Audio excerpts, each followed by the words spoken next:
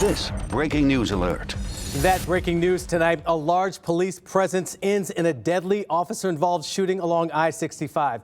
Parts of that interstate were shut down on both sides nearing Harding Place, and traffic has been diverted off of the interstate. A news conference just wrapped up. News 4's Rebecca Cardenas joins us live. And Rebecca, what can you tell us? What were police saying about this shooting?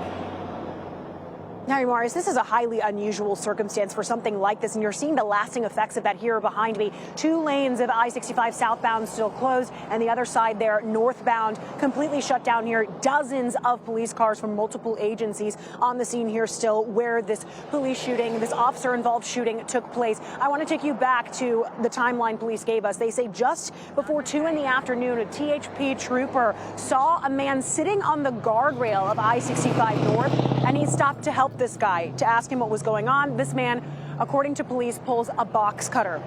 At the same time, an off-duty Mount Juliet police officer happened to be driving by, gets out of his car in order to assist here in this situation, tries to start de-escalating the situation with the THP trooper for about 30 minutes as they wait for backup to arrive. That backup comes in the form of more THP troopers and several Metro police officers, as you see standing there in that video, dozens of law enforcement officials there.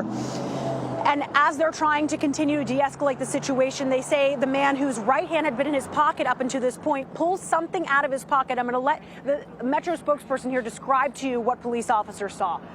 Suddenly, he pulled his right hand out of his pocket, holding a shiny silver cylindrical object. The officers, not knowing what that was, and given his very abrupt movement, kind of aiming something toward the officers fired. Now, according to that Metro spokesperson, the only identifying factor they're giving us about this man at this point was that he was 37 years old. We are still waiting on any more information as to what he may have been saying to police in his interactions with them. And during that attempted de-escalation, he did die at the hospital. The other thing I want to point out here is that, as you can see in that video, we're talking the interstate backed up for miles here.